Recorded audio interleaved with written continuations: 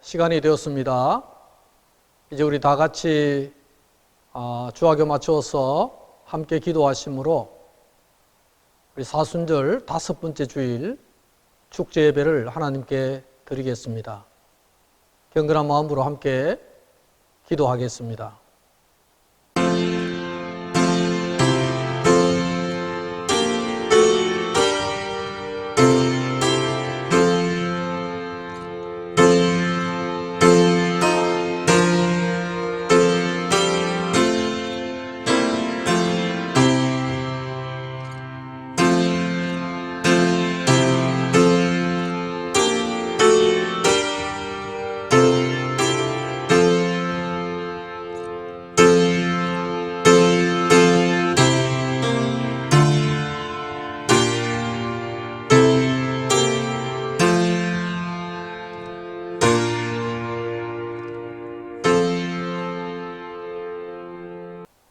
그러므로 형제들아, 우리가 예수의 피를 힘입어 성소에 들어갈 담력을 얻었나니 그 길은 우리를 위하여 휘장 가운데로 열어놓으신 새로운 산길이요 휘장은 곧 그의 육체니라.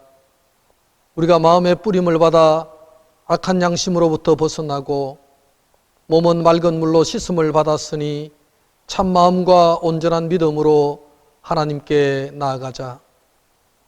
창조주 하나님, 고난주간을 눈앞에 두고 저희들이 주일을 지켜 예배합니다. 온 세상 만물들이 봄비를 기다리듯이 저희들도 하나님께서 허락해 주실 은혜의 단비를 사모하고 있습니다. 예수님의 고난을 묵상하며 그 발자취를 따를 때에 우리의 심령이 다시 한번 구원의 은혜를 깨닫게 하여 주시옵소서. 오늘도 주의 종들을 통하여 들려주시는 말씀을 통해 십자가의 사랑을 마음에 새기게 하여 주옵소서. 또한 우리가 드리는 예물과 기도와 헌신을 받으시고 하나님 홀로 영광을 거두어 주옵소서. 예수님의 이름으로 기원하옵나이다. 아멘.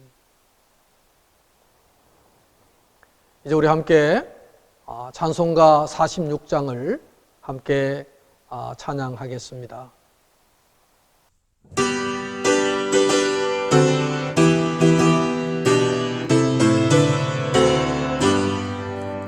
이날은 주님 정하신 참 기쁜 날일세.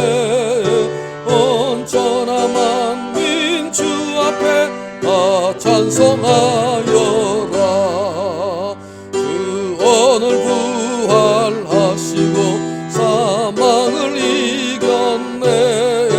구주를 믿는 성도들 그 복음 전하세. 만왕의 왕인 예수께 호산나 부르세. 이날에 주가 오셔서 다 구원하시리. 권능 가진 주 예수 살 길을 주려고 온 세상 만민 가운데 주 함께 계시네. 이날에 모인 성도들 호산나 부르세. 저 하늘 천국 천사도 다 화답하여라.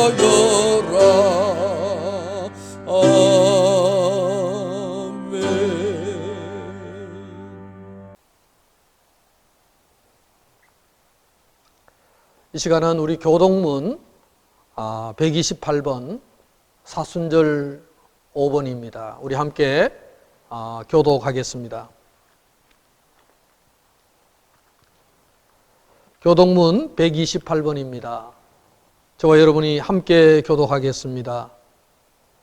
나의 영혼이 잠잠히 하나님만 바라며 나의 구원이 그에게서 나오는도다.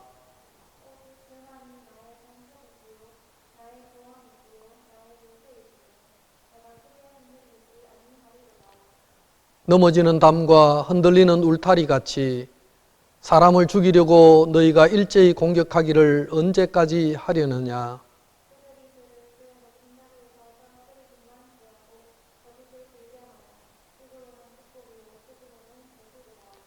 나의 영혼아 잠잠히 하나님만 바라라. 물은 나의 소망이 그로부터 나오는도다.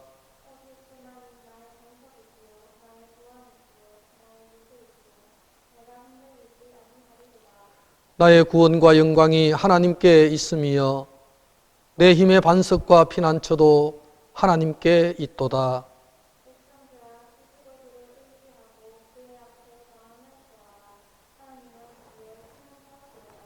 아멘. 함께 우리 침묵으로 고백의 기도를 드리겠습니다. 다 같이 기도하겠습니다. 거룩하신 하나님 아버지, 사순절 5번째 주일에 저희들이 십자가 밑으로 나와 통회하며 자복합니다. 아무든지 나를 따라오려거든 자기를 부인하고 자기 십자가를 져야 한다 하셨던 주님의 말씀을 생각해 봅니다. 주여, 저희들은 우리 자신을 부인하지 못했습니다.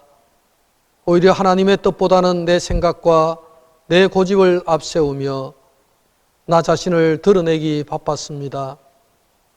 저희들은 주님을 따르는 제자를 자처하면서도 십자가를 진 적은 없었습니다. 이기적인 마음에 작은 희생도 감당하지 않았고 육체의 안일만을 추구하면서 부끄럽게 살았음을 고백합니다. 그동안 저희들은 부활의 영광을 꿈꾸면서도 십자가는 외면하였고 하나님 나라의 영화로운 면류관을 바라보면서도 주를 위한 고난에는 동참하지 않았습니다.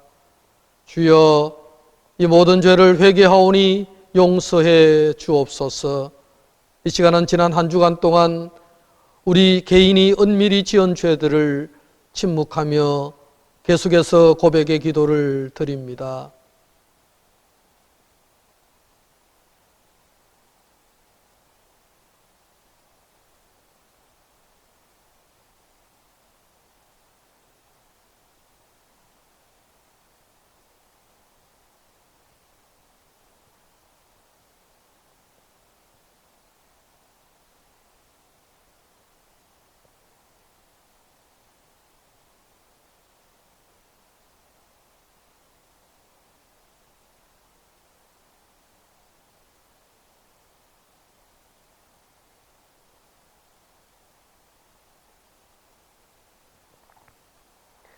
너는 마땅히 공의만을 따르라.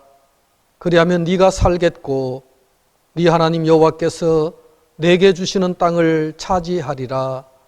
예수님의 이름으로 기원하옵나이다. 아멘. 우리 다 같이 사도신경으로 우리들의 신앙을 함께 고백하겠습니다. 나는 전능하신 아버지 하나님을 믿습니다. 나는 그의 유일하신 아들 우리 주 예수 그리스도를 믿습니다. 그는 성령으로 잉태되어 동정녀 마리아에게서 나시고 본디오 빌라도에게 고난을 받아 십자가에 못 박혀 죽으시고 장사된 지 사흘 만에 죽은 자 가운데서 다시 살아나셨으며 하늘에 오르시어 전능하신 아버지 하나님 우편에 앉아 계시다가 거기로부터 살아있는 자와 죽은 자를 심판하러 오십니다. 나는 성령을 믿으며 거룩한 공교회와 성도의 교제와 죄를 용서받는 것과 몸의 부활과 영생을 믿습니다. 아멘.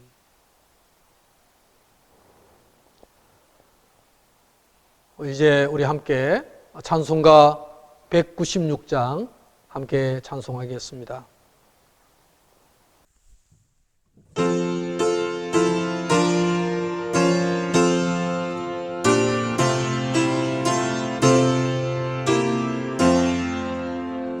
성령의 은사를 나에게 채우사 주님의 사랑 본받아 나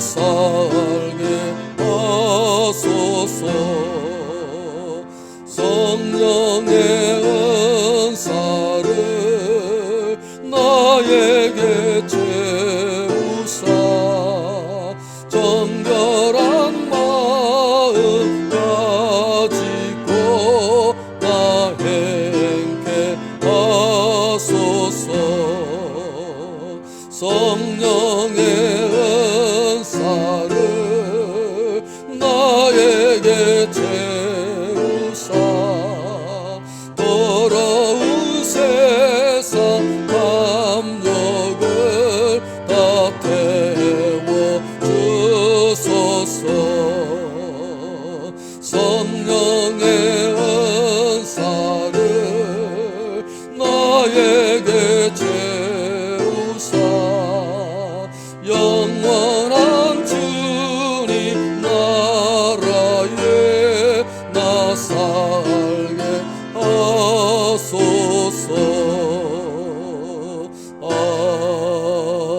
아멘. 자, 이제 이 시간에 오늘 우리 3월 마지막 5번째 주일이라서 우리 안수 집사님들 대표 기도하는 시간입니다.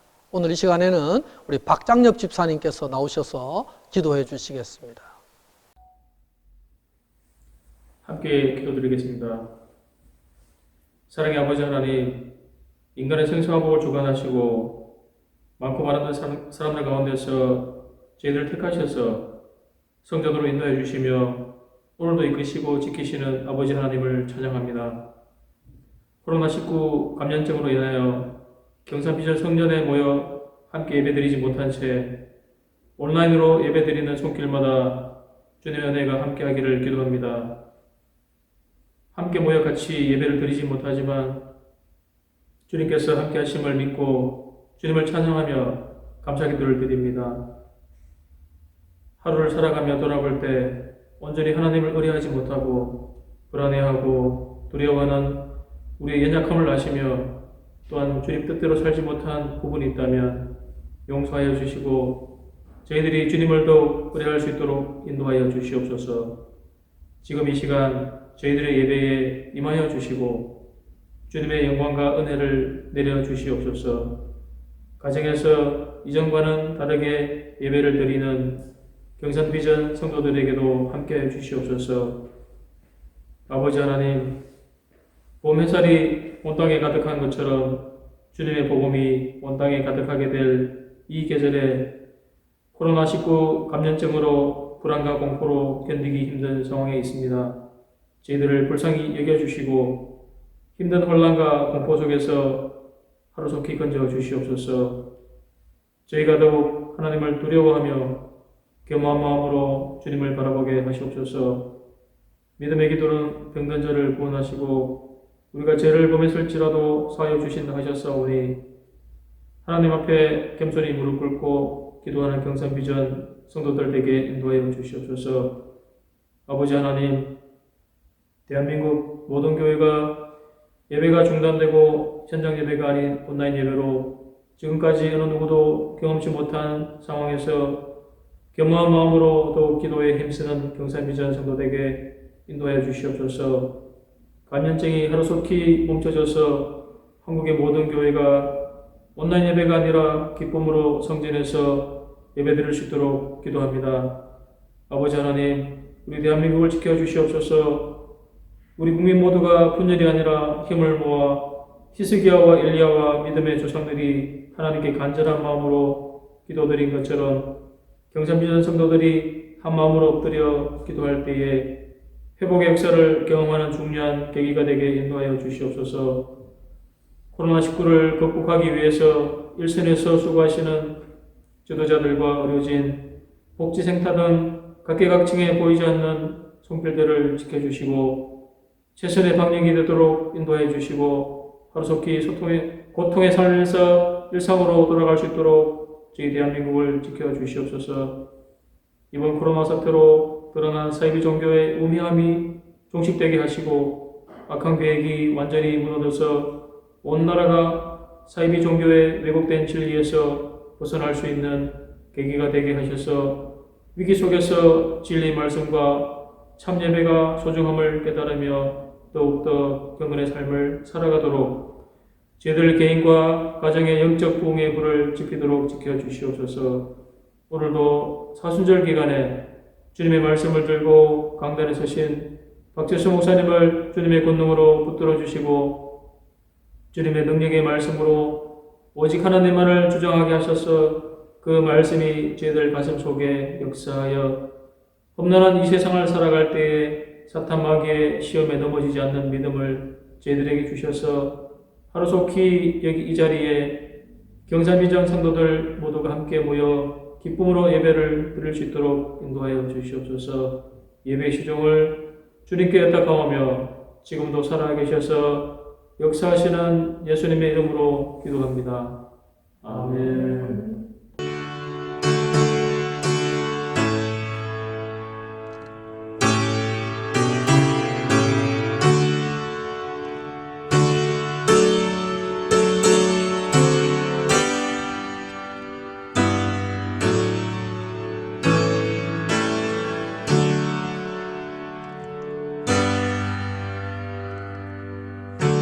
오늘 우리에게 주시는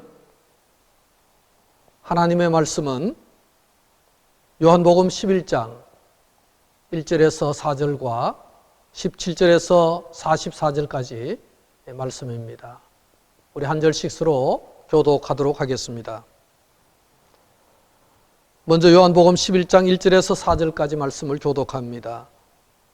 어떤 병자가 있으니 이는 마리아와 그 자매 마르다의 마을 베다니에 사는 나사로라.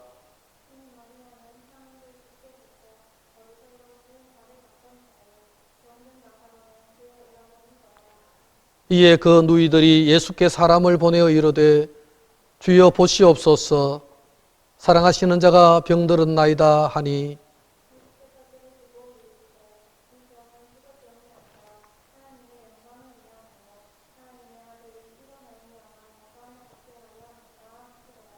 아멘. 건너뛰어서 17절에서 4절까지 말씀입니다. 계속해서 교독하겠습니다. 예수께서 와서 보시니 나사로가 무덤에 있은지 이미 나으리라.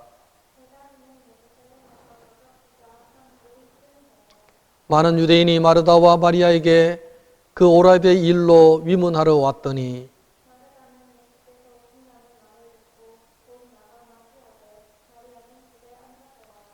마르다가 예수께 여짜오되 주께서 여기 계셨더라면 내 오라버니가 죽지 아니하였겠나이다.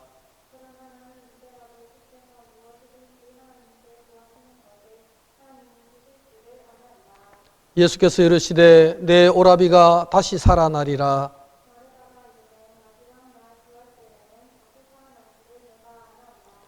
예수께서 이르시되 나는 부활이요 생명이니 나를 믿는 자는 죽어도 살겠고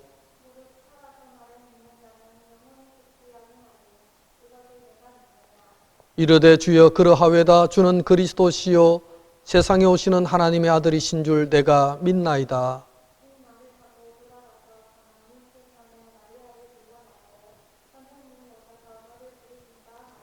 마리아가 이 말을 듣고 급히 일어나 예수께 나아가매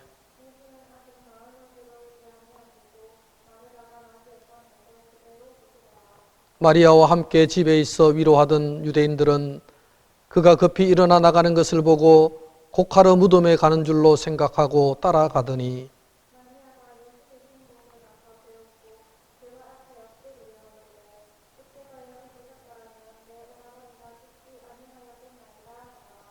예수께서 그가 우는 것과 또 함께 온 유대인들이 우는 것을 보시고 심령의 비통이 여기시고 불쌍히 여기사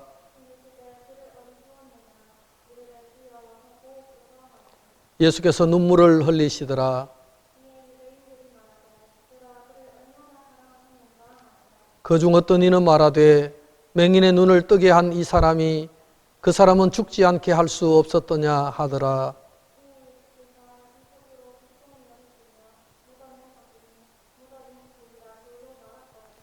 예수께서 이르시되 돌을 옮겨 놓으라 하시니 그 죽은 자의 누이 마르다가 이르되 주여 죽은 지가 나흘이 되었음에 벌써 냄새가 나나이다.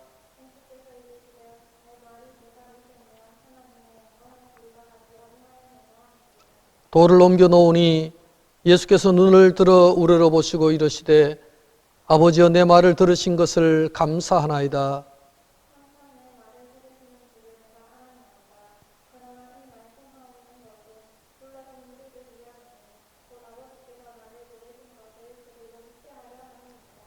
이 말씀을 하시고 큰 소리로 나사로야 나오라 부르시니 죽은 자가 수족을 배로 동인 채로 나오는데 그 얼굴은 수건에 사였더라. 예수께서 이르시되 풀어놓아 다니게 하라 하시니라. 아멘. 할렐루야. 반갑습니다. 오늘 우리가 사순절 5번째 주일을 맞이했습니다. 오늘도 우리는 여전히 코로나19 때문에 각자 가정에서 우리 예배를 드리게 되었는데요. 오늘도 우리가 마음을 다해서 예배 드릴 수 있었으면 좋겠습니다. 저는 최근에 과학적인 상식에 관한 글을 하나 읽었습니다. 그동안 우리가 너무 많이 듣고 잘 알았던 문제인데 사람의 장기 중에서 맹장이라는 것이 있습니다. 맹장 수술을 요즘은 아주 간단하고 쉽게 많이 하고 있습니다. 그런데 일설에 맹장 수술을 하면 우주여행을 할 수 없다. 맹장이 없으면 우주여행을 할 수 없다는 그런 이야기가 얼마 전부터 들리기 시작했죠. 맹장이라는 것은 저는 잘 모릅니다만은 자료를 이렇게 보니까 소장과 대장 사이에 중간 역할을 하고 있는 그 이염새를 하고 있는 장이 바로 맹장이라고 합니다. 그래서 맹장을 수술한다는 것은 맹장을 잘라내버리는 것이라고 생각을 하기 쉽죠. 근데 가만히 보니까 맹장을 잘라 없애는 것이 아니라 맹장 아랫부분에 충수라는 작은 이렇게 주머니 같이 생긴 그런 것이 있는데 그 주머니 같이 생긴 충수를 잘라내는 수술을 맹장 수술이라 이렇게 이름을 붙인다고 합니다. 그 충수는 별로 쓰임 바가 없을 것 같고 그래서 그 충수를 두면 잘 터지고 그래서 복막염을 일으킬 수 있기 때문에 맹장 수술을 보통 이제 하게 될 때 충수를 잘라내는 것을 맹장 수술이라고 한다는 것입니다. 그래서 정확히 말하면 맹장 수술이 아니라 충수 제거 수술이다 이렇게 말할 수도 있다는 것입니다.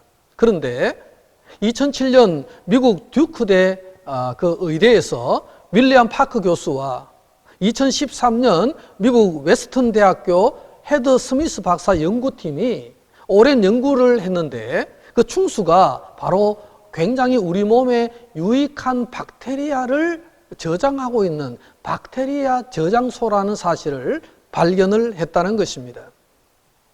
그래서 이 충수에는 우리 몸의 소장과 대장에 아주 나쁜 박테리아가 많이 들어오면 이 충수에서 좋은 박테리아를 내보내서 그 나쁜 박테리아를 이렇게 줄이거나 제거하는 그런 좋은 역할을 한다는 사실이었습니다.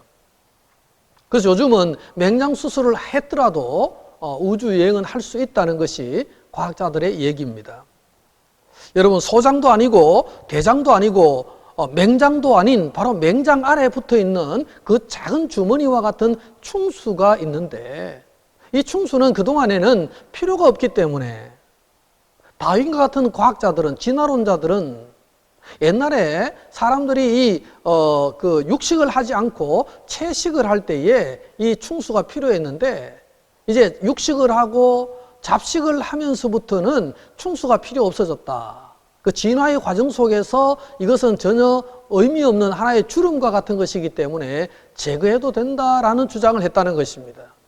근데 이제 현대 과학자들은 충수가 좋은 박테리아를 만들어내는 아주 중요한 장기라는 사실을 밝혀냈다는 사실입니다.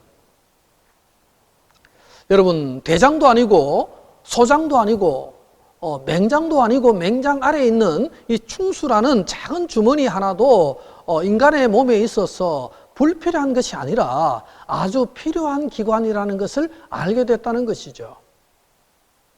우리가 생각할 때는 없다고 생각할 수 있습니다. 그러나 하나님이 인간을 만드실 때는 반드시 있어야 하기 때문에, 필요하기 때문에 그것을 분명히 만드셨다는 그 하나님의 창조의 섭리를 이제 현대과학이 점점 밝혀주고 있다는 사실입니다. 미국의 유명한 국립공원 가운데 여러분 옐로우스톤 국립공원이라는 것을 들어보셨습니다. 옐로우스톤 국립공원은 미국에서 아주 거대한 그 대지에 그 공원을 만든 것이죠. 그 옐로우스톤 국립공원 안에는 농부들이 일정 부분 농사를 같이 하고 있는 사람들이 있습니다. 그런데 옐로우스톤에는 이제 가축들이 많이 키우고 있는데 이제 늑대들이 나타나서 가축을 많이 잡아먹었습니다. 그래서 미국의 목축을 하는 이 농장주들이 늑대를 총으로 잡기 시작했습니다. 그래서 1930년대는 그 옐로우스톤 거대한 공원에 늑대가 한 마리도 없이 다 멸종이 되었다는 것입니다. 늑대는 인간의 가축을 해치기 때문에 늑대는 제거해야 된다라고 생각하고 총으로 다 죽여버렸더니만 다음에는 문제가 생긴 것입니다.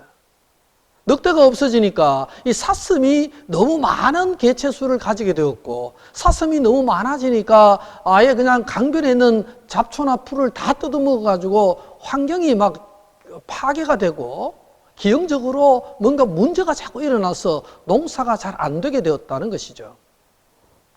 그래서 그것이 65년 동안 지속이 되었는데 이제 이 과학자들이 어떻게 하면 이 옐로우스톤 생태계를 회복할 수 있는가 연구를 하다가 결국은 가장 쉬운 방법인 늑대를 복원하는 것이다 라는 결론을 얻게 되었습니다.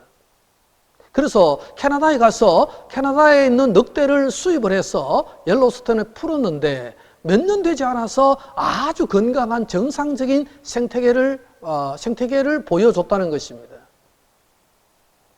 여러분, 사람이 생각할 때 필요 없다고 생각하는 것들이 있습니다. 맹장에 있는 작은 충수나 아니 늑대 같은 이 유해 동물이 인간에게 뭐가 필요하겠는가라고 생각하고 죽이거나 제거했는데 알고 보니 그것들이 굉장히 중요한 역할을 하고 있었다는 사실을 근대 과학은 많이 밝혀내고 있다는 것입니다.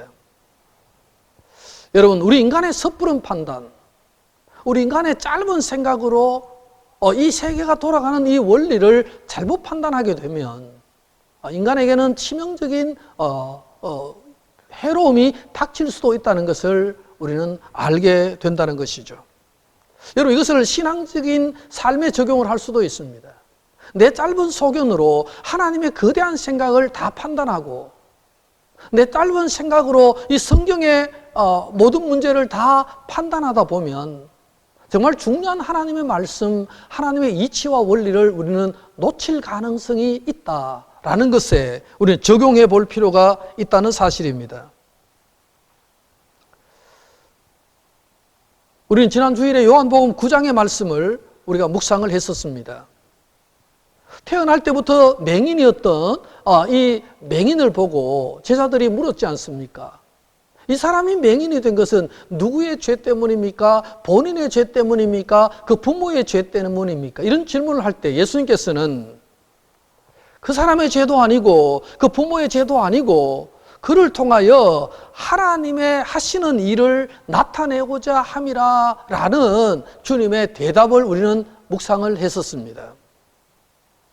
여러분, 사람들의 잘못된 판단 그리고 섣부른 판단이 하나님을 이해하는 데 상당한 장애와 방해가 될 수 있음을 주님께서는 말씀을 해 주신 것입니다.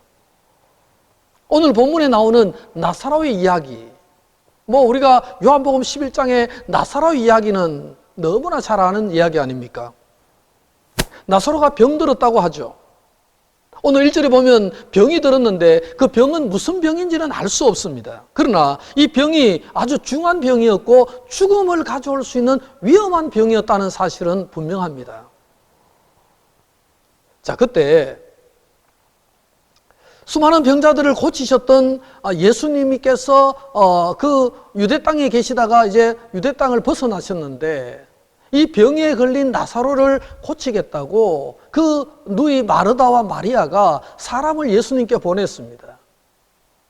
내 오라버니 이 나사로가 병들었으니 주님 빨리 오셔서 좀 기도해 주시고 내 오라비를 좀 살려주십시오 라는 요청을 전가를 보냈습니다. 아마 이 마르다와 마리아, 나사로의 이 자매들은 분명한 어떤 믿음이 있었습니다. 주님께 이 부탁을 하면은 주님은 즉시 오셔서 아마 자기 오라버니의 병을 고쳐주실 것이라는 믿음으로 사람을 보냈습니다. 그런데 주님의 반응이 자신들의 기대에 전혀 부합하지 않았습니다. 오늘 4절에 보시면 나사로가 병들어서 죽게 되었다는 소식을 들으신 예수님은 이렇게 말씀을 하십니다. 이 병은 죽을 병이 아니라 하나님의 영광을 위함이요 하나님의 아들이 이로 말미암아 영광을 받게 하려 하심이니라 이렇게 말씀을 하셨습니다. 여러분 오늘 마르다와 마리아가 나사로의 자매들이 이 예수님을 향해서 기대했던 전혀 그 대답이 아니었습니다. 예수님을 향한 기대는 속히 오셔서 내 오라버니를 고쳐주시는 것이 그들의 기대였는데 주님은 그 기대에 응하지도 않으실 뿐만 아니라 다른 말씀을 하셨다는 거죠. 하나님의 영광과 예수님 당신의 영광을 위해서 나사로가 병들었다. 그러면서 주님은 그들에게 오시지를 않았습니다. 여러분 인간에게 가장 심각한 문제거리요 고통의 상징인 이 질병과 곧 맞이할 이 죽음조차도 하나님의 영광이요 예수님의 영광과 연관시켜서 주님은 말씀을 하시고 계셨습니다. 여러분 물론 주님의 이 말씀을 들었던 제자들과 또 마리아와 마르다 자매는 전혀 이해를 할 수가 없었습니다. 그래서 이들은 상당한 실망과 좌절감을 가지고 있게 되었다는 것입니다. 하나님의 뜻을 알지 못하는 인간들은 한시가 급하고 고통스럽기가 그지없었습니다. 예수님께서 조금 더 빨리 오시고 조금 더 이렇게 적극적으로 오셔서 이 기도해 주시면 이 병이 나을 수도 있는데 내 오라버니가 죽지 않을 수도 있는데 주님이 오시지 않는다는 것입니다. 여러분 마르다와 마리아 입장에서는 아마 천지가 무너지는 시간이었습니다. 고통이었습니다. 주님이 오실 거라는 기대 속에 기다렸는데 그 기다림이 얼마나 길었겠습니까? 가장인 오라비가 죽었으니 자신들의 처지가 천하에 버림받은 여인으로서 너무나 슬픈 인생이 될 것을 알았던 이 두 여인들은 정말 많이 좌절하고 실망했음이 분명합니다. 아마 오라비를 잃어버린 슬픔보다 주님이 오시지 않음으로 인하여 주어진 섭섭함, 아마 그 미련들, 아마 이런 마음이 더 컸을 수도 있겠다는 생각을 해봅니다. 왜냐하면 주님만 오셨더라면 자신의 오라비가 죽지 않아도 될 문제인데 어찌해서 주님은 빨리 오시지 않았을까? 그 서운함은 이루 말할 수가 없었을 겁니다. 우리가 주님을 얼마나 헌신적으로 섬겼는데 그동안 어렵고 힘든 상황 속에서 주님이시라면 가장 우선적으로 우리가 섬기고 주님께 사랑을 고백했는데 어찌 주님이 우리에게 이렇게 대하실 수 있단 말인가? 마르다와 마리아는 그 깊은 섭섭함이 있었을 것입니다. 그래서 몇 시간 뒤에 주님이 오셨더라도 괜찮은데 주님은 이틀이 지나고서야 이제 우리가 나사로에게로 가자라고 말씀하셨고 오늘 무덤에 가셨을 때는 이미 나사로가 죽은 지 나흘이나 지난 후에 무덤에 가시는 이런 일들을 보게 됩니다. 이쯤 되면 우리는 시험에 빠질 겁니다. 우리 사랑하는 성도님들이 죽을 병에 걸렸는데 목사가 지금 나흘이나 신방을 가지 않았고 돌아가시고 난 뒤에 신방 갔다. 그럼 여러분 얼마나 화가 나겠습니까? 아마 마르다와 마리아의 심정에도 그런 마음이 있었을 거라는 것입니다. 그러나 주님의 뜻은 확고했습니다. 이 사건을 통해서 주님께서는 말씀하고 싶으신 것이 분명히 있었기 때문입니다. 인간의 생각에는 가장 공포스럽고 힘들고 어려운 질병과 죽음조차도 주님의 손에서는 하나님의 영광의 소재가 될 수 있다는 이 사실을 온몸으로 주님은 보여주고 계시다는 것입니다. 그것도 가장 중요한 부활을 증명하는 그 소재로 이 질병과 죽음을 사용하시는 주님의 의도가 보이고 있습니다. 여러분, 지난주 우리 설교 말씀에서 요한복음 9장에서 날 때부터 맹인된 사람과 오늘 죽음을 맞이한 나사로의 불행과 아픔이 주님의 손에 들려졌을 때는 신비한 변화가 일어나게 되었다는 것입니다. 저는 이 두 사건을 보면서 두려운 마음이 들었습니다. 왜냐하면 인간적으로 꼭 잘 되는 것이 하나님께 영광이 되는 것인가? 인간적으로 좀 안 되는 것이 꼭 그것이 하나님의 영광을 가리는 것인가? 거기에 대한 반문이 오늘 본문에 나타나기 때문입니다. 여러분, 우리가 판단하는 판단은 너무 인간적인 판단이 아니냐는 것입니다. 잘 되면 하나님의 영광이고 못 되면 하나님을 영광을 가린다는 우리의 섣부른 판단이 얼마나 잘못될 수 있는가. 여러분, 오늘 나사로가 질병에 걸려서 죽음을 맞이했지만 그것이 오히려 주님의 부활을 증명하고 하나님의 영광을 나타내는 도구가 되었다는 사실입니다. 성도 여러분, 우리 너무 인간적으로 판단하면 안 되는 것입니다. 너무 인간의 눈으로 바라보면 안 되는 것입니다. 병들고 때로는 망하고 때로는 죽는 것조차도 우리는 새로운 눈으로, 믿음의 눈으로, 주님의 눈으로 바라볼 수 있는 것이 신앙의 안목이 되어야 한다는 것입니다. 오늘 본문에서는 이 나사로의 죽음이 죽음으로 끝나지 않고 다시 이 소생함으로 말미암아서 예수 그리스도의 부활을 증명해 주는 중요한 사건으로 나타나고 있습니다. 우리가 살아가면서 경험하는 고통, 아픔, 질병조차도 하나님의 영광이 될 수 있고 하나님의 영광을 드러낼 수 있다는 사실을 우리는 다시 한번 생각할 수 있어야 한다는 것입니다. 그래서 우리가 당하는 이 일들이 단순히 무의미한 것도 아니고 죄의 결과만도 아니고 하나님의 영광이 될 수 있다는 이 사실을 깨닫는다면 오늘 본문의 가르침은 우리가 잘 가르침을 듣고 있다, 배우고 있다는 생각을 해볼 수가 있습니다. 오늘 이 마르다와 마리아가 사람을 보냈을 때 예수님은 유대 밖 지역에 있었습니다. 유대 땅 베다니로 가려고 하시는 주님을 제자들이 강하게 만류했습니다. 예수님께서 자, 이제 우리가 다시 유대로 가자.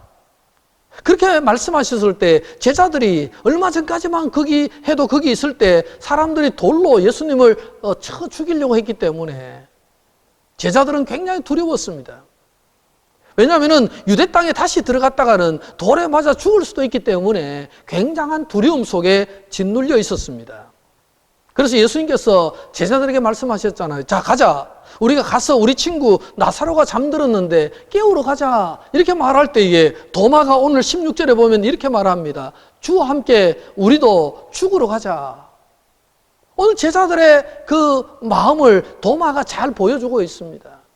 주님이 가시는 이 유대로 가는 길을 도마는 뭐라고 봅니까? 죽으러 가자. 이렇게 말을 했습니다.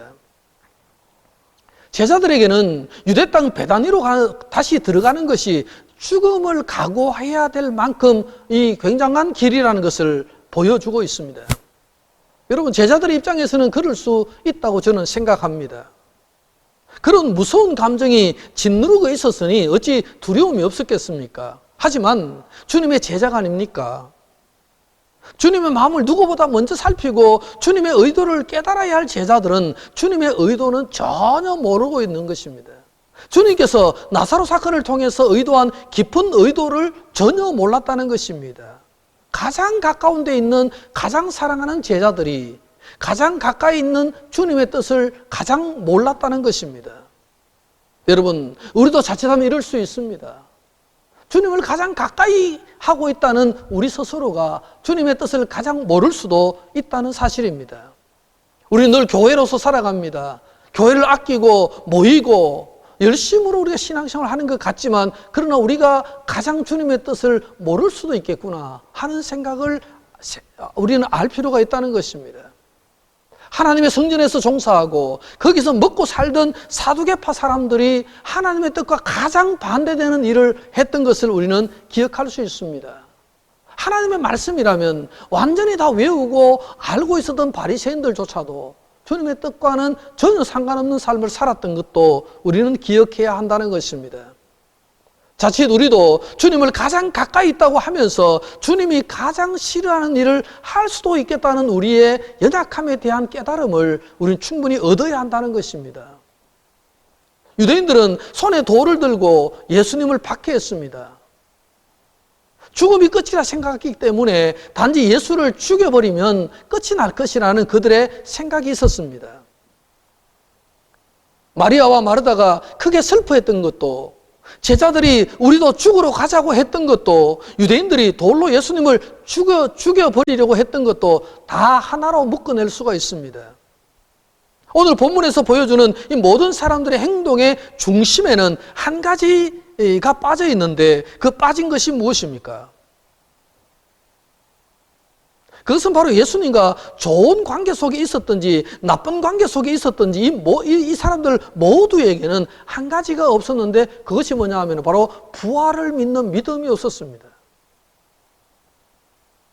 여러분, 이들의 사고에서는 부활의 영광을 믿지 않았으므로 죽음이 모든 것의 끝이었다고 생각합니다. 특히 본문에 등장하는 대제사장과 바리새인들의 고민은 깊었습니다. 48절에 보시면 만일 그를 이대로 두면 모든 사람이 그를 믿을 것이요, 그리고 로마인들이 와서 우리 땅과 민족을 빼앗아가리라 그러면서도 그리스도를 죽이는 것이 유일한 방법이다, 우리가 살기 위해서는 예수를 죽여야만 한다, 그런 결론을 내리고 있습니다. 자기들이 죽지 않으려면 예수를 죽여야 한다는 결론에 도달했다는 사실입니다. 여러분, 이러한 생각에 빠진 핵심 이유가 뭡니까? 그들이 바로 뭘 믿지 않았습니까? 부활을 믿지 않았기 때문에 그렇습니다. 사실 오늘 본문의 사건은 예수님의 죽음과도 굉장히 가까운 시기에 일어났던 사건이죠. 오늘 나사로의 어떤 소생 사건은 예수님의 십자가 사건과 굉장히 가까운 시기 안에 일어났던 사건입니다. 이제 예수님 자신의 죽음을 며칠 앞둔 그날, 베다니에 살고 있던 친구 나사로의 죽음을 예수님은 보셨다는 것입니다. 여기서 그리스도는 죽음에 임하는 사람들의 태도에 관하여 큰 교훈을 남겨주셨는데 오늘 35절에 보시면 뭐라고 말씀합니까? 죽음 앞에서 예수님은 눈물을 흘리셨습니다. 그리고 예수님 마음에는 비통함을 가지고 있었다라고 말씀해 주고 있습니다. 왜냐하면 이 죽음이라는 것이 왜 왔습니까? 그것은 바로 죄의 결과이기 때문입니다. 죄에 대하여 주님은 분한 마음을 갖고 있었는데 그 죄에 대한 분한 마음이 결국은 죽음에 대한 비통함으로 아주 눈물을 흘리시면서 주님은 그것을 바라보셨습니다. 바울은 로마서에서 죄의 삭은 사망이요라고 말씀했죠.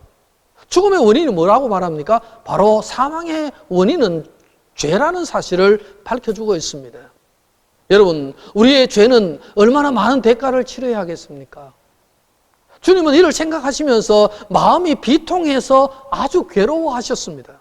그리고 우리 삶에서 고민과 고통과 죽음의 두려움을 해결해 줄 수 있는 유일한 길이 뭐냐? 그것은 바로 부활의 어떤 확신을 가지는 믿음이다라고 오늘 성경에서 말씀을 합니다. 베다니에 오신 주님이 마르다에게 말씀하셨습니다. 네 오라비가 다시 살아나리라. 그때 주님을 마중 나갔던 마르다가 대답을 합니다. 마지막 날 부활 때에는 다시 살아날 줄을 내가 아나이다. 이렇게 대답을 했습니다. 마르다는 확고한 부활 신앙을 가지고 있었습니다. 다시 예수님이 말씀하십니다. 나는 부활이요 생명이니 나를 믿는 자는 죽어도 살겠고 무릇 살아서 나를 믿는 자는 영원히 죽지 아니하리니 이것을 네가 믿느냐? 또 다른 믿음을 주님께서 물으십니다. 그때 마르다가 또다시 대답을 합니다. 뭐라고 대답합니까? 주여 그러하외다. 주는 그리스도시요 세상에 오시는 하나님의 아들이신 줄 내가 믿나이다 라고 대답을 했습니다. 성도 여러분, 우리는 마르다가 세상의 지식을 얼마나 가지고 있었던 사람인지 인격과 재산이 어느 정도였는지를 알지를 못합니다. 분명한 것은 마르다 남매들이 지식과 인격보다 훌륭한 믿음을 가지고 있었다는 사실입니다. 자, 그들의 믿음이 무엇입니까? 그들은 바로 부활을 믿는 믿음을 가졌다고 말합니다. 부활에 대한 믿음은 세상의 그 어떤 능력과 재물보다 더 크고 영원한 가치를 가지고 있다는 것을 우리에게 주님은 보여주고 있습니다.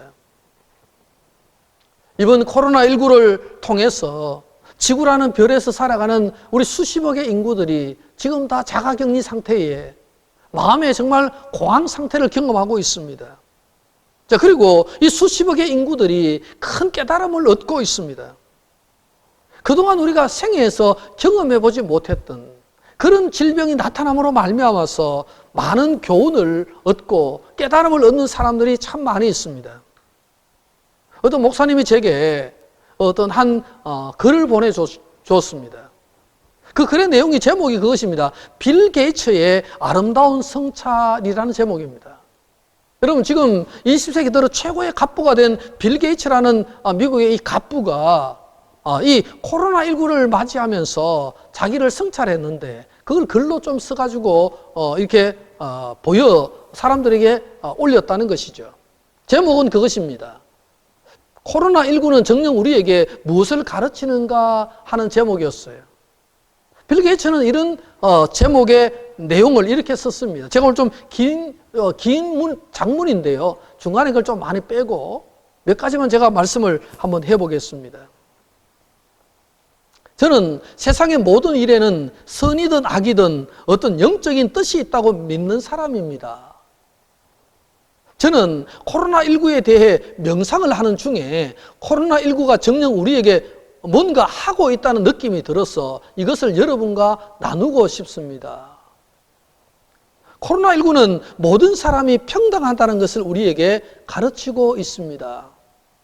우리는 문화나 종교, 직업, 재정 상태 혹은 얼마나 유명한지에 상관없이 모든 사람이 평등합니다. 이 바이러스는 어쩌면 우리가 마땅히 그래야 하는 것처럼 우리 모두를 평등하게 대하고 있습니다. 코로나19는 우리 모두가 서로 연결되어 있다는 것을 가르치고 있습니다.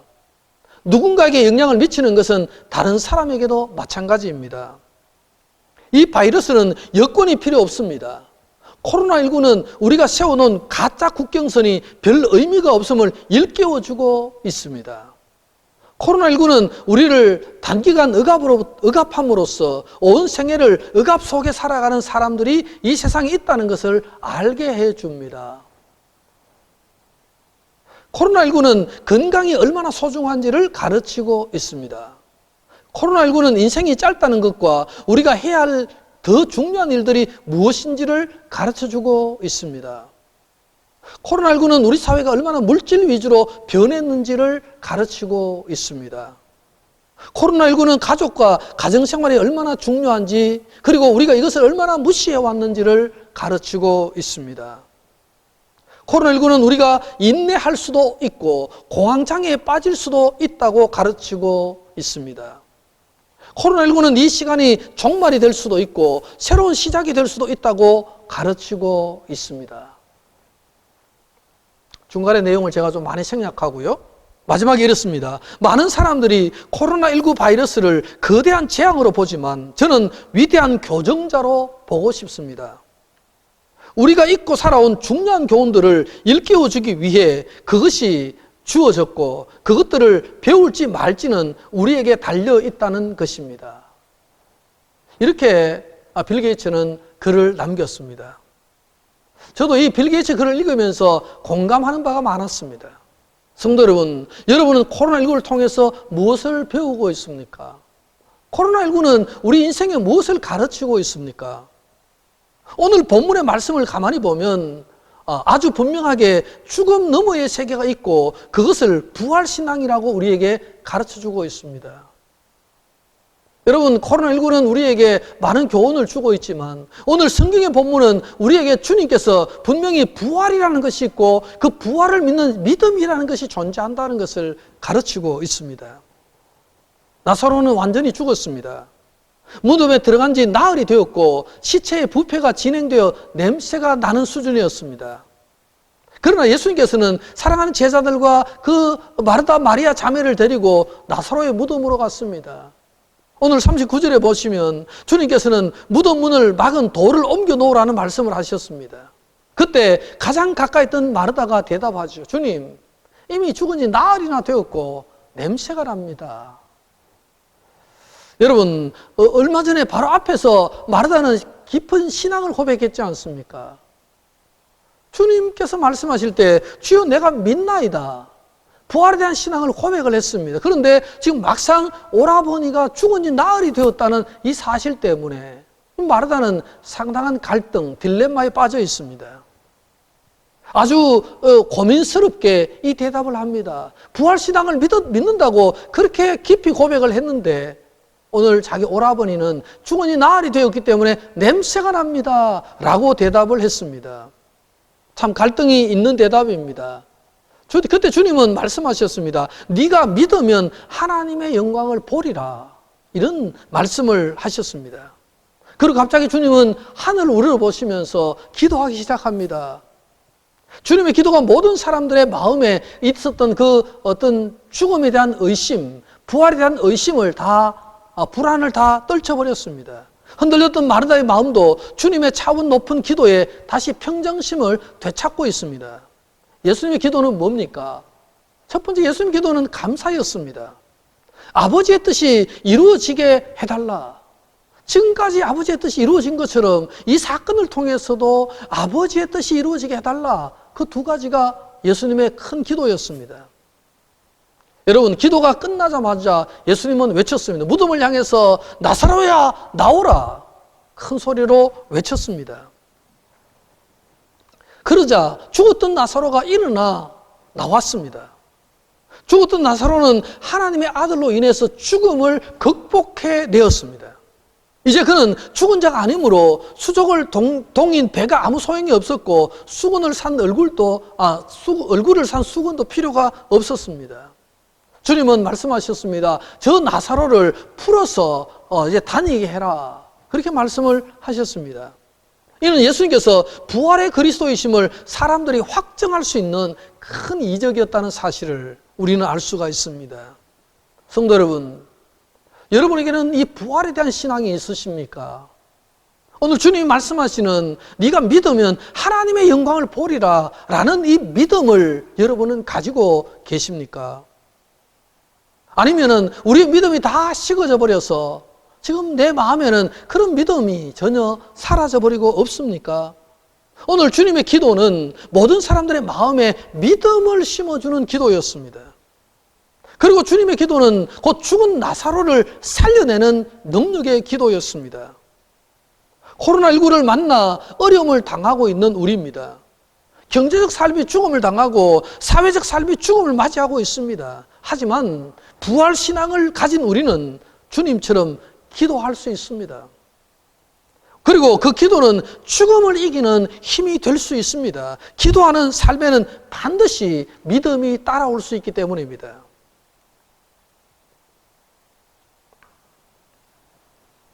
세상 사람들은 이구동성으로 코로나19가 문제라고 주장합니다. 하지만 주님께서는 우리의 믿음이 문제라고 말씀을 합니다. 믿음이 있으면 영광을 보리라. 그렇게 말씀을 하십니다. 우리의 믿음 없음을 우리는 회개해야 합니다. 코로나19가 많은 문제를 야기하고 있습니다. 하지만 우리는 그보다 더 큰 주님을 바라보고 그 코로나를 넘어서 계신 코로나를 얼마든지 다스릴 수 있는 부활하신 주님을 바라본다면 이까지 정도야 우리는 문제가 될 수 없다는 것입니다. 여러분, 우리는 바로 이런 믿음을 가지고 세상을 보는 것이 중요한 것입니다. 이번 한 주간도 다시 여러분 기도하시고 다시 우리의 믿음을 회복하는 것이 가장 시급하고 가장 중요한 것입니다. 그럴 때만이 진정으로 우리는 부활신앙을 가질 수가 있기 때문입니다. 부활신앙을 가진 자만이 진정으로 하나님의 영광을 위해서 살 수 있기 때문입니다. 이 믿음이 이번 한 주간 동안도 저와 여러분 가운데 차고 넘치기를 축원을 드리겠습니다. 여러분, 부활이 없다면 세상을 지배하는 것은 죽음입니다. 부활 없는 세상의 주인은 누굽니까? 죽음입니다. 죽음으로 다 끝나는 것이기 때문에 부정을 저질러도 불의를 저질러도 들켜지만 않으면 되고 그러다가 죽으면 그만이다. 그렇게 생각할 수 있습니다. 그저께도 한 45살 된 한 사람이 한강에서, 한강 다리 위에서 투신해서 자살하는 사건을 뉴스에서 들었습니다. 죽으면 끝이 난다. 그동안 내가 잘못했던 걸 내가 죽음으로써 다 끝이 날 것이다 생각하고 그는 아마 그렇게 선택을 했던 것 같습니다. 여러분, 죽음은 어둠의 권세를 가지고 부활 없는 인생들을 지배합니다. 죽음이 끝인데 부활은 없는데 그러다 보니 신앙은 식어가고 물질주의가 득세하고 돈과 쾌락을 추구하는 인생들이 늘어만 가고 있습니다. 이번에 조주희라는 젊은 청년이 큰 사건을 저질렀습니다. 많은 어린아이들을 정말 엄청나게 성적으로 유린하고 큰 문제를 일으켰습니다. 여러분, 그 사건에 연루된 사람들이 참으로 많습니다. 왜 그렇게 돈을 추구하고 왜 그렇게 쾌락을 추구했을까요? 그것은 그들 마음속에는 부활을 향한 믿음이 없었기 때문입니다. 여러분, 예수 그리스도는 부활이시요 생명이심을 믿으십니까? 부활은 영원한 생명으로 가는 통로입니다. 예수 그리스도를 믿는 사람은 영광 중에 영생을 소유할 것이고, 비록 육체적 죽음이 있다 해도 앞으로 영원한 생명이 준비되어 있다는 사실을 믿고 사는 사람들이 바로 우리 그리스도인들 아니겠습니까? 예수 그리스도의 사람은 영원히 죽지 않는다는 이 믿음이 우리의 삶을 지탱하고 있는 믿음이 아니겠느냐 하는 것입니다. 여러분, 예수 그리스도는 죽음을 이기는 존재입니다. 하나님의 아들이신 그분은 부활이시며 생명이십니다. 그분은 지금도 우리에게 이것을 믿느냐라고 질문하고 있습니다. 문제는 무엇입니까? 우리 마음속에 그 부활에 대한 믿음이 있느냐라는 문제입니다. 이 대답 후에 우리는 부활의 실제를 보게 되고 우리도 영원한 부활에 참여해서 하나님의 영광을 높이게 될 것입니다. 오늘 나사로의 삶이, 나사로의 죽음과 소생이 주님의 부활을 통해서 부활을 증명하고 하나님께 영광을 돌렸던 것처럼 우리 또한 우리의 삶 속에서 이 사실을 우리가 선포하고 나갈 때에 실제를 보게 되고 부활의 주님을 내가 믿나이다, 나도 주님을 따라 부활하게 될 줄로 확신하나이다 라고 대답하고 고백하는 그 믿음이 우리에게 생길 줄 믿습니다. 이번 한 주간 동안도 우리가 기도함으로써 바로 이러한 부활의 믿음을 회복하는 그런 저와 여러분 모두가 되기를 주의 이름으로 축원을 드리겠습니다. 기도하겠습니다. 하나님 아버지, 사순절 5번째 주일을 맞이해서 나사로의 죽음을 통하여 하나님 영광 받으시고 우리에게는 부활의 신앙에 대한 믿음을 도전하시는 주님의 음성을 듣습니다. 아버지 하나님, 오늘 우리의 문제는 코로나19도 아니고 세상의 문제도 아니고 우리 마음속에 믿음이 있느냐라는 문제가 가장 중요함을 깨닫게 됩니다. 아버지 하나님, 부활을 향한 믿음, 주님을 향한 신뢰를 다시 한번 회복하게 하시고 이 여름이 하나님의 부활신앙 안에서는 별것이 아니라는 것도 깨닫게 하여 주셔서 흔들림 없이 믿음으로 나가는 저희들 되게 은혜를 베풀어 주옵소서. 오늘도 가정에서 예배하는 우리 모든 성도들의 심령과 그 가정과 그 마음속에 믿음으로 살고자 하는 그 믿음의 깨달음을 허락하여 주시옵소서. 예수님의 이름으로 기도드리옵나이다. 아멘. 이제 주신 말씀을 생각하시면서 363장 우리가 함께 찬송하겠습니다.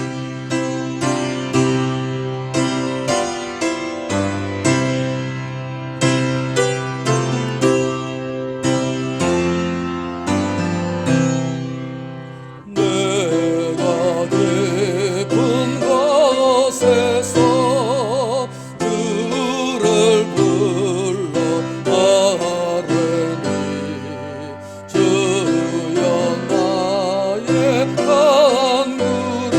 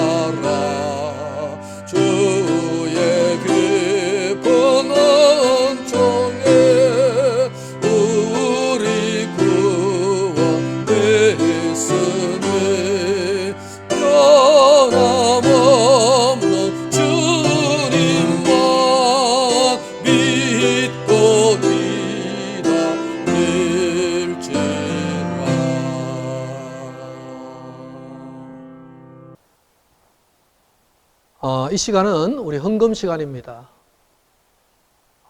여러분 준비된 헌금을 하나님 앞에 드리시고 또 예배 후에는 송금해 주셔서 계좌로 하나님께 헌금해 주시면 좋겠습니다. 헌금을 위해서 제가 한번 기도하겠습니다. 같이 기도하십시다.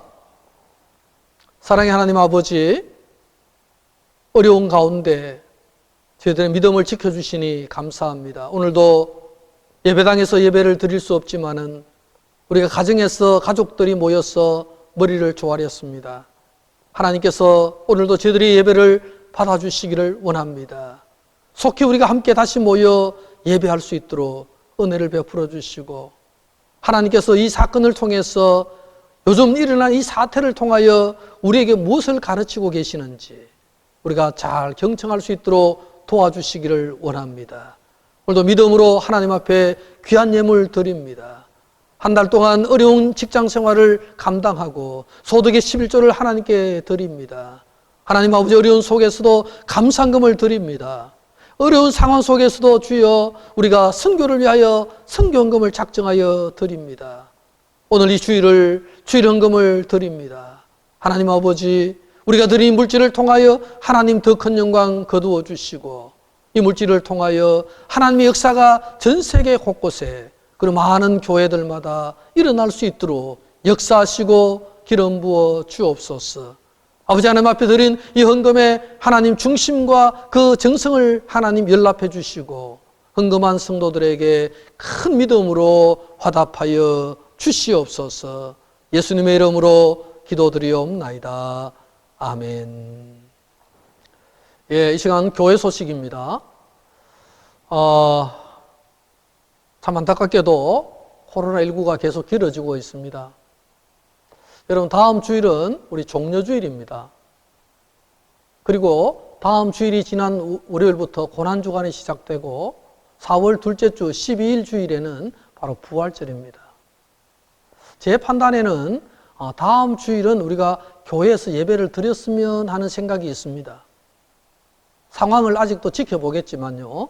하여튼 토요일까지 결정을 해서 여러분들에게 통보를 하겠습니다. 만약에 예배를 드릴 수 없다면 또 영상으로 예배를 드려야 되겠지요. 그렇지만 늦어도 우리가 부활주일에는 어떤 일이 있어도 교회에서 예배를 드리려고 합니다. 여러분, 어렵지만 조금만 더 참아주시고 조금만 더 우리가 인내하며 기다려야 할 것입니다. 오히려 우리가 함께 모이지 못하지만 더 신앙적으로 영적으로 우리가 더 결속하고 믿음을 다져야 한다고 생각합니다. 성도 여러분들 가정에서 기도 생활 또 성경 읽는 생활 잘 감당하셔서 여러분 신앙적으로 영적으로 깨어서 살아가기를 간절히 바랍니다. 서로를 위해서 계속해서 기도해 주시고요. 우리 밤 10시에 코로나19 퇴치를 위한 기도 여러분 계속해 주시기를 부탁을 드리겠습니다.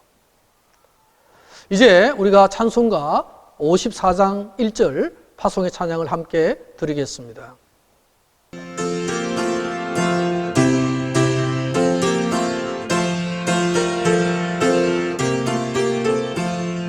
주여 복을 구하오니 편히 가게 하시고 사람마다 주 은혜로 이기도록 하시고 광야 같은 세상에서 항상 인도하소서.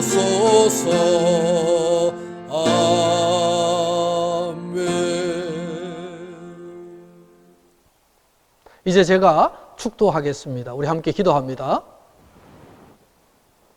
이제는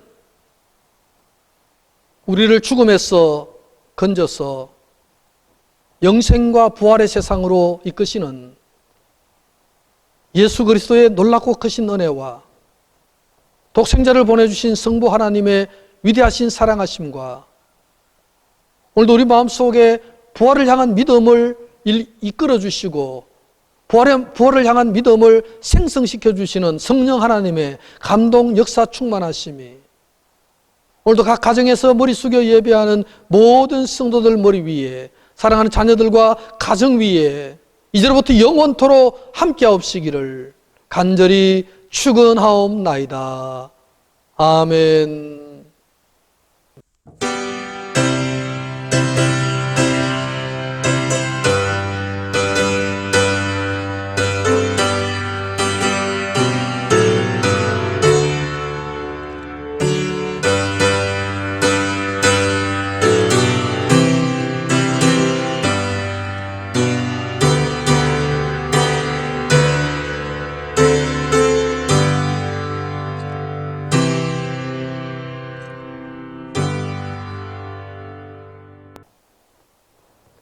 이상으로 우리 사순절 5번째 주일 예배를 모두 마치겠습니다. 여러분 각 가정에서 아름답게 가족들과 교제하시고 식사하시고 오늘 주일 즐겁고 유익한 시간 가지시기 바랍니다.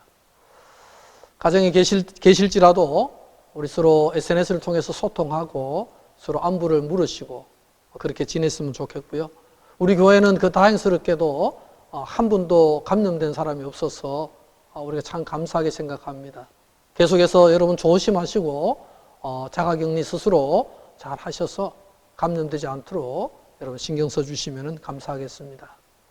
어제는 우리가 온 교회를 또 방역을 했습니다. 사람이 있든 없든 우리는 늘 교회를 지금 벌써 3번째 방역을 했습니다. 온 교회 공간을 다 방역했습니다. 그러니까 여러분 교회 오시는 것은 지금 교회 어느 곳에서든지 예배하고 혼자 기도하는 것은 굉장히 안전합니다. 사람들이 함께 모이지만 않으면 개인적으로 오셔서 기도하는 것은 아무 상관이 없으리라고 생각합니다. 기도하고 싶은 분들은 교회 오셔서 기도해 주시면 되겠습니다. 교회 문은 항상 열려 있습니다. 참고해 주시면 좋겠습니다. 오늘 즐거운 주일 보내시기를 축복하겠습니다. 감사합니다.